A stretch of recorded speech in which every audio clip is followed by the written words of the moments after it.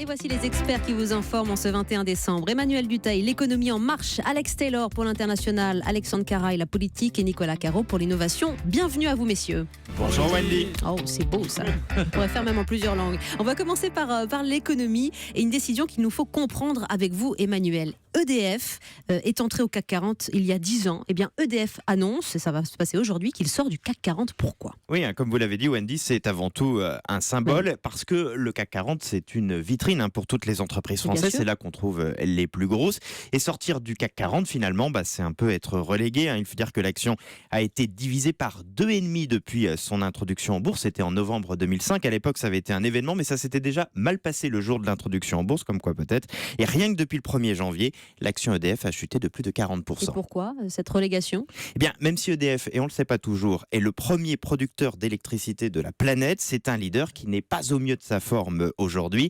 Le nucléaire, tout simplement, a moins la cote, un petit peu partout dans le monde, mais également en France. La baisse des cours du pétrole rend moins urgent les investissements dans le nucléaire. Le coût de l'EPR de Flamanville, qui est un gros investissement pour EDF, n'arrête pas d'exploser. Ça lui coûte des milliards d'euros. Puis EDF doit mettre la main au portefeuille également pour sauver Areva, un autre champion français en difficulté.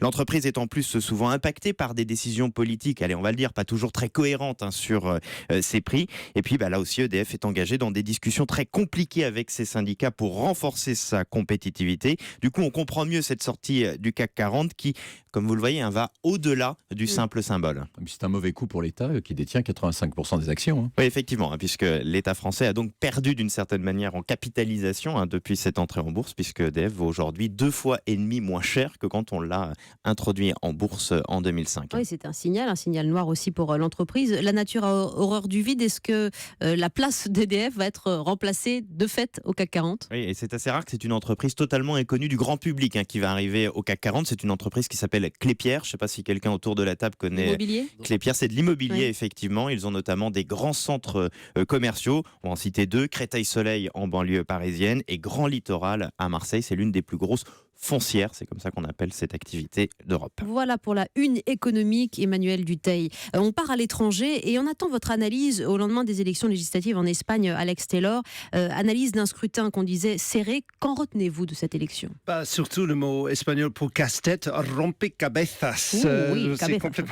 C'est très difficile de trouver une solution parce que la droite, le Parti populaire est à presque 28%, mais loin de la majorité. Oui. Donc elle va gouverner avec qui ? Les centristes citoyens ont déçu 14%, donc il faudrait faire du charme aux Catalans et aux Basques pour avoir une chance de gouverner, mais citoyens et contre l'indépendance de ces régions.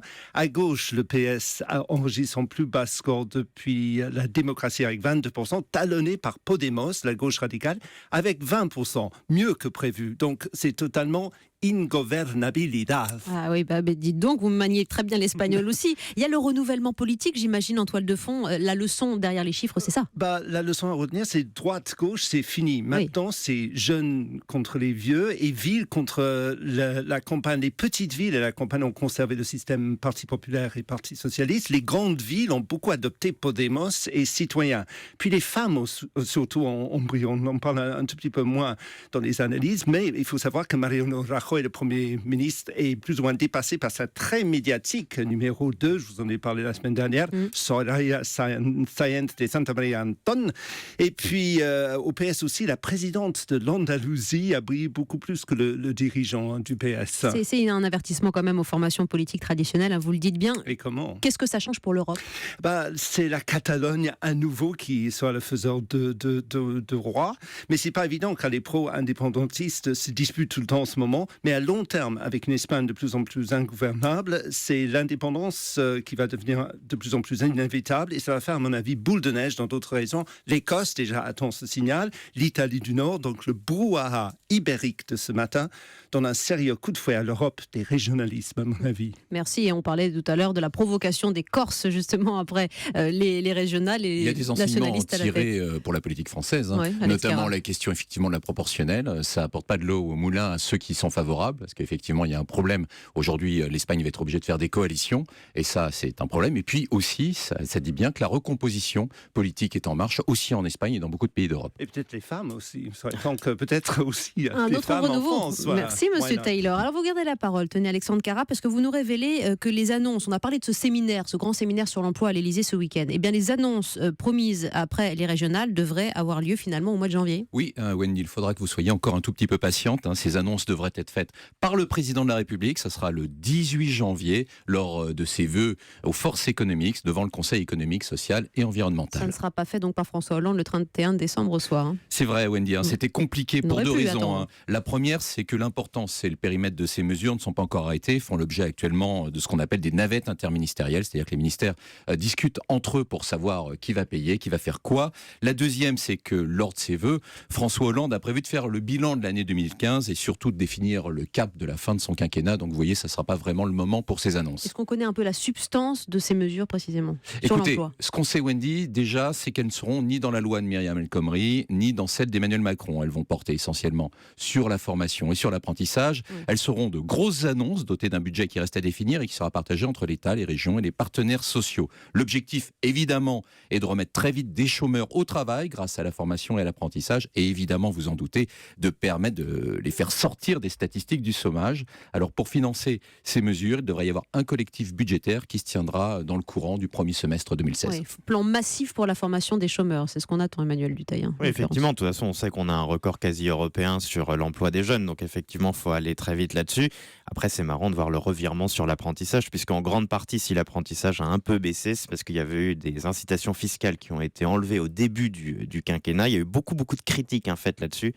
Et là, effectivement, on repart maintenant là-dessus fortement. Et puis, il faut le dire, politiquement, il reste combien 14, 15, 16 mois pour inverser la courbe de chômage. Oui, et on continue à fouiller dans la fameuse trousse à outils.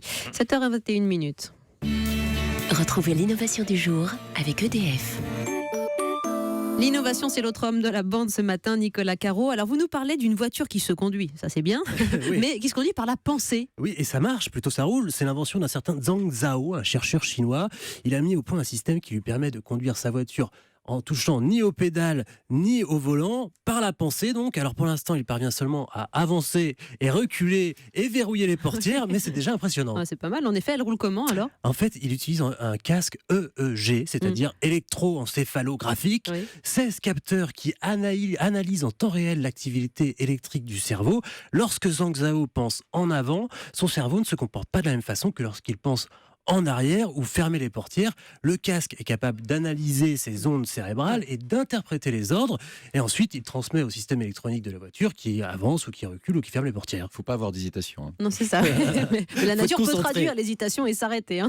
Peut-être. C'est dangereux ou quand même Pour un l'instant, peu, je ne non ? conseille pas de prendre la voiture sur Oui, l'autoroute. c'est pas très sûr encore. Ça ne prend pas les virages. Donc, mais ouais, c'est un beau début quand même. Oui. On parle de plus en plus quand même des voitures autonomes qui se conduisent toutes seules. Ça, en revanche, c'est plus prudent peut-être. Ah bah c'est beaucoup plus La sûr Google Car, et c'est notamment. beaucoup mieux. Le scientifique chinois en est très conscient d'ailleurs, mais il pense que son système pourrait améliorer la voiture autonome, connectée d'une certaine manière au cerveau du passager. La voiture autonome pourrait modifier son comportement en ralentissant un peu, par exemple, si elle comprend que le passager ne se sent pas en sécurité.